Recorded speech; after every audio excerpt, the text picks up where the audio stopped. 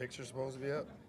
Just kidding. All right, guys, we're going to start with some opening remarks from Coach, and then after this, our call for media day will be down on the second floor. And then at 1 o'clock, we'll have our two football players, student athletes coming back up here. So we'll start with Coach, and then we'll take your questions.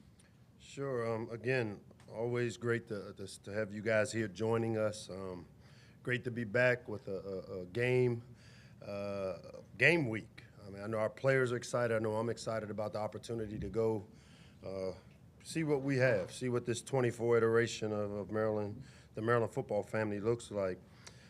Camp was a super competitive camp.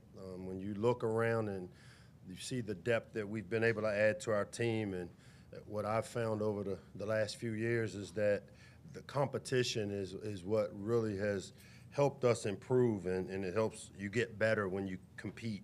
Really healthy competition at a number of spots: quarterback, corner, the tight end position, the left side of the offensive line. Great healthy competition. We got a lot of guys, young players, reps in practice, and if you watch the way we practice and the development of our young guys, especially the young O-linemen, this was one of the biggest classes we signed in O-linemen.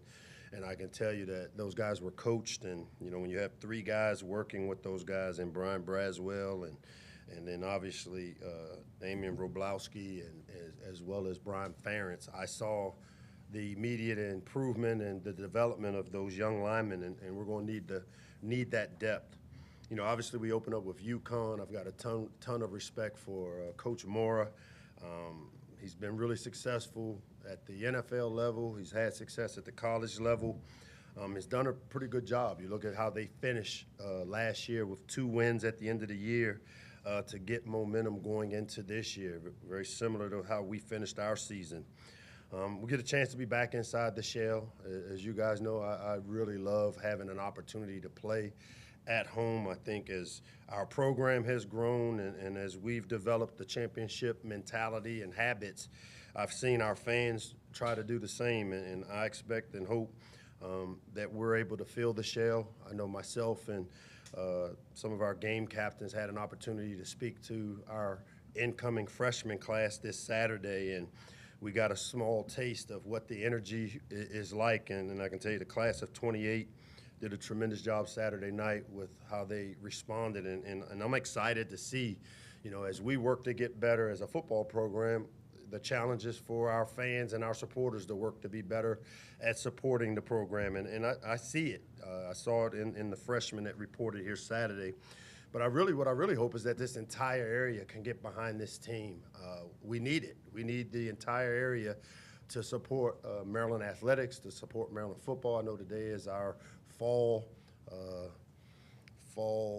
sports, press conference, media day, and so we need this area to get behind. When the governor came, he talked about 6 million people behind our programs, and not just football, but all the fall sports that have opened up or are opening up this week. We've waited 8 months for 12 weeks of a season. We've worked hard for 8 months to get 12 guaranteed opportunities to play, and I've seen total buy-in from our players. Total buy-in. When you talk about a player-led team, there's no doubt in my mind that what I have seen and what I've told you is really what's happening, and I'm excited that now we get the opportunity to show what this team is all about, and it starts Saturday. Our game captains going into this game, Ruben Hippolyte, Rob Smith, and Roman Hemby. All 3 guys have really been a major part in what this program has become in their own special ways, and I'm excited for them to lead us against UConn on Saturday. So with that, I'll open it up to questions about the quarterback.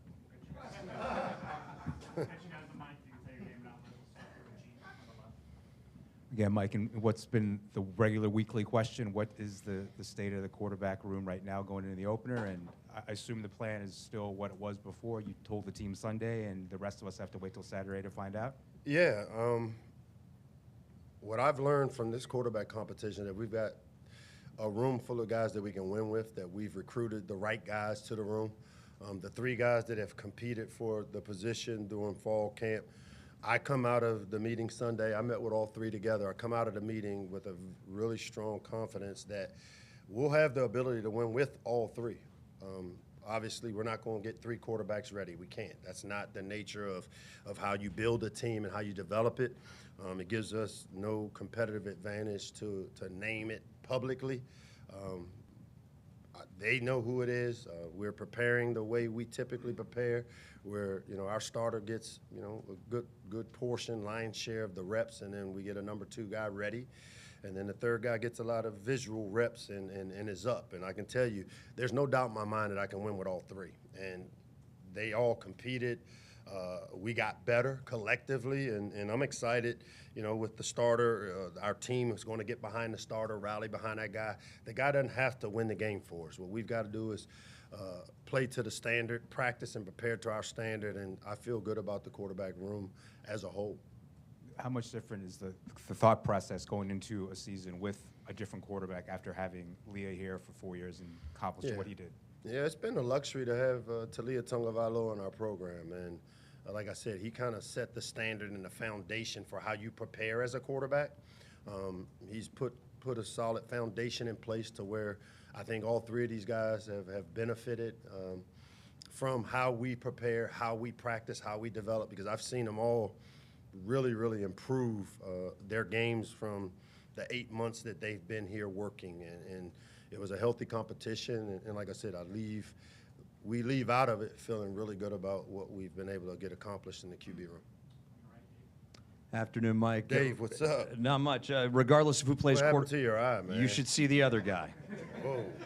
Don't mess with the bull. You get the horns. Hey, man, be careful, man. Don't put your hands on people, You know, Dave. regardless of who is your starting quarterback, he's got to stay upright. What with your offensive line? What gives you cause for confidence that the 5 guys or the 10 guys, the whole will be greater than the sum of its parts? Yeah, we got 2 deep 10 guys. We've got a smattering of some true freshmen in that 2 deep that have earned the right to be in it. We've expedited the growth of some of these guys. I mean, really, when you look at the job that we've been able to get done over the last 3 weeks, now we got to go play. But when you look at the competition of the front 7 on defense, which is one of the strengths of our team, and the way we've come along up front on the O-line, we're going to have some growing pains, but I feel good that we've got the right guys in the right places, and what we've got to do now is get the continuity and get those guys playing together. When you have a quarterback competition, the one negative is you don't have a consistent voice in the huddle or on the sideline, and they've all kind of had to adapt as those 3 guys have competed. And now that we've got the consistent voice in there, I expect you'll see the O-line kind of gel and get better with each game. And up front is the toughest and the longest to develop players. And we've done everything based on the resources that we've been given to be able to try to expedite how we develop our guys up front. Yeah, Coach. Kind of following up on Dave the Boxer's question. You've won 23 games in the last 3 years, 7, 8, and 8, three bowls. Is there a specific part of the team that you can point to where there's improvement that gives you confidence that you can get to that next level that you talked about in your opening press conference before the season began? Yeah, it starts with playing good defense. Been a part of championship teams, whether it's national championships, conference championships. In this league, you got to win up front, and we knew that. The way we've constructed our team over the last 5 years, it's been how do we get depth up front on the D-line? How do we develop the depth to get through a tough Big Ten schedule on the O-line? And, everybody knows we got skill. We've had receivers, DBs, speed. Very few teams in our league, have the ability to recruit the speed that we have in this area. And where we've struggled is getting the big guys. And I think anybody that's seen us practice says, hey, we kind of look like a Big Ten team now. We've got length and size on the O-line and D-line. Now, it does take 3 years typically to grow an offensive lineman to be able to play and be productive in this league, just like we've been able to do on defense. The gradual, incremental development of our defense has shown. Offensively, we were a little ahead of schedule because we had a quarterback that had the ability to make plays, and we always recruited skill. Our coaches did a really good job of doing what the players are capable of getting executed. Well, now the comfort level is that our defense is salty, a lot of veteran players that have played a lot of football. we still got to go play it. This is like Christmas for me to open up Saturday against UConn and really see who we are. And we got to play the game to see who we are and start the chess match of making the moves and the adjustments we need to make to get the program to continue to move forward. Hey, Coach. Sam Jane. Diamond. Sam, what's up? How we doing? Last year, you guys forced a lot of turnovers on defense. I think you're like second in the Big Ten in interceptions. What on that side of the ball do you kind of want to carry over from last year, and where are you looking to improve on the defensive unit? Well, I think it starts with stopping the run. Anytime you stop the run, and that's been a big emphasis for us to take the next step on offense, we got to rush the ball better. We know we can line up on 1st and 10, possession pass, RPO, get the ball in space. We know how to do that. But there comes a time where you're going to have to get in the phone booth with a tough guy, stand toe-to-toe and fight him. And in the Big Ten, it typically happens as the weather changes. And so we want to develop a mentality of stopping the run and being able to run the ball while also still creating the explosives that it takes to win on offense while limiting on defense. So what I'd like to see us do, to answer your question on the defensive side, continue to tackle the way we've tackled the ball, because most big plays start with missed tackles, and then the next starts with the missed assignments, making sure everybody's on the same page and not giving up the explosives. We did that pretty well a year ago, and we need to continue that trend.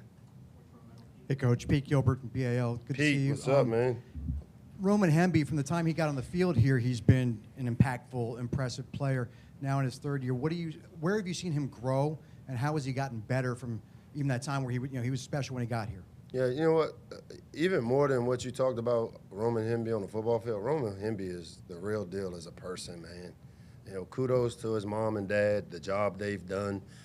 From the time that kid got on campus here, and again, he came in a 3 running back class, if you remember, Kobe, him, and Antoine, and much like some of the other guys, he didn't play very much as a freshman and redshirted, and then all of a sudden, boom, he shows up in the bowl game, and people starting to see the things that we knew about him. But the thing, we talk about Roman, the football player, but Roman, the person, Roman, the Maryland Terp representative, is an unbelievable guy. And that's how you win championships, when you recruit guys like Roman, because you know what Roman going to do? He's going to bring in other good players, which he has. And I expect Roman to continue to build on the legacy that he started here, and he's been a tremendous leader. That's the reason why, when we start the year off, it's kind of like the liftoff of a rocket. It takes hundreds of hours to build this rocket to take off and go places it's never been before.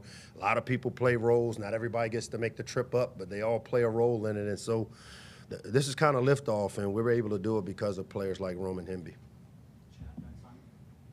Coach, you kind of led with this in your opening here. We know how important the X's and O's are and the Johnnies and Joes that are in your program, but why is it important to your program that the students and that the community come out here and feel the shell for your team? You trying to push my buttons, aren't you? Come on, man.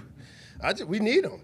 We really do. Like, I've said this before, and again, I'm not going to be the dead horse, but we've tried to do our part as a team to recruit the right kids, to build this program.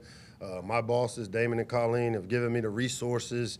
We've navigated COVID. We've navigated NIL, transfer portal, and we've done our part, or have tried to do our part to the liking. Well, to take the program to a championship level, we got to have championship level support, fans, people coming in.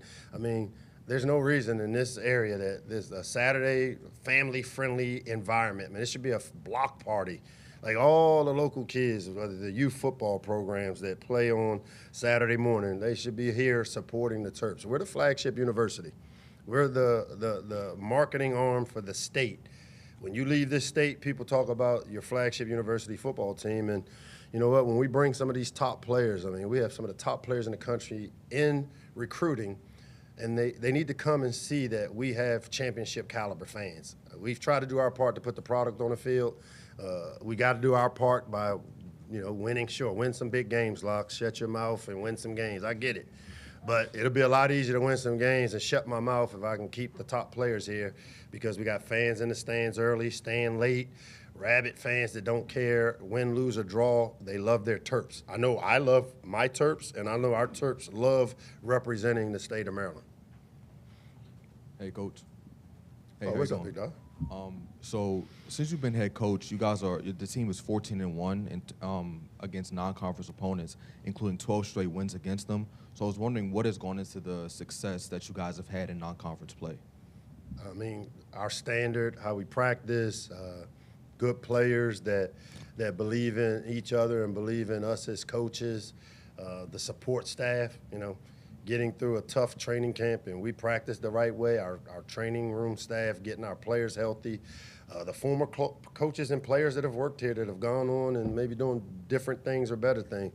There's been a lot that has gone into it, the support that I get from, administration, and to win is a culmination of good habits coming together, and we've had good habits in the non-conference. We're building, and we've looked at what we've got to do to kind of compete for all three parts of our season, the beginning, the middle, and the finish, and feel good about this team because of the player-led culture that they've created. These guys want to win, and they want to win now. Take our last two from George, then Alex. Hey, Mike. How's it George, going? what's up? G. Herbo. Good to see you. And since the beginning of camp to now, is there a position group you can identify or players you can identify that have made the biggest improvement since when you started practice at the beginning of August to this point? Yeah, I would say I think it's the O-line. Just because when you look and see, I think how many true freshmen we got in the two deep up front, 2, 3? Yeah, and then we got some on defense. But I have seen, I mean, that young O-line, when you watch them work, and I've seen them work, like those guys kind of get it, and they kind of got like a little bit of a edge to them, and that's what you need in this league. I keep going back to, there's going to come a time where you're going to have to line up and go toe-to-toe and get in the phone booth with a tough guy and maybe have to take a couple punches, and you have to give a couple. And in that area, you achieve what you emphasize. And I put a big emphasis on developing and making sure how do we develop them quicker, because it takes 3 years, but I ain't got 3 years, do I, boss? I got 3 years because I got to get it done now. And so Braz, the O-line, and those coaches that we've added, I mean, I've been bragging about it. I hope they prove themselves right and prove me right. How's it going? Alex Clays with WJZ back here. What's up, Start with the quarterback. Let's end with it. Might as well. Yeah, let's do it. I was just wondering if you could peel back the curtain a little bit, and was there a characteristic that the guy that you ultimately select to be the starter that this person has, that this trait that they've shown, or is there something on the field that they showed you throughout this camp that separated them? Just kind of peel back the curtain on that decision-making process for us. Yeah, I mean, going into it, I was pretty clear on what it would take to be the starting quarterback. And it starts with who gives us the best chance to win now. All right, not preparing for later down the road, but who gives us the best chance to win against UConn? And it starts with the metrics that I've used. Unfortunately, I've been part of a lot of quarterback battles, whether it was at Alabama, Jalen came in as a true freshman, and whether it was when Tua came in and him and Mac are in the same room. It's not my first rodeo trying to figure it out. And one of the biggest metrics I always look at is the drive chart. When we chart live drives and practices and games with the 1s, the 2s, the 3s, they all mixed, and they played with different players. And the thing you want from your quarterback is he has to have the mind of a coach and the skill of a player, and the ability to mitigate risk. So when you're practicing with the 3s and they don't really know what they're doing, how do you manage that group? And so the guy that we picked, I couldn't tell which group he was going with, because he managed the groups to where I didn't know if he was with the 1s, 2s, or 3s. And so the metrics of the drive chart and the drives ending in kicks, punts, field goals, and extra points. The next piece is protection of the football. Who does the best job of taking care of the football? And then the third is who elevates the play of the players around him, because we've got playmakers on offense to where our quarterback is not necessarily on him. He just has to mitigate the bad plays and make sure he does a good job of getting it to the right guys. And I have to have a trust level. I mean, some of it is trust. Who do I trust most going into this game and as our starter? And so the guy I picked met those metrics. Thank you very much.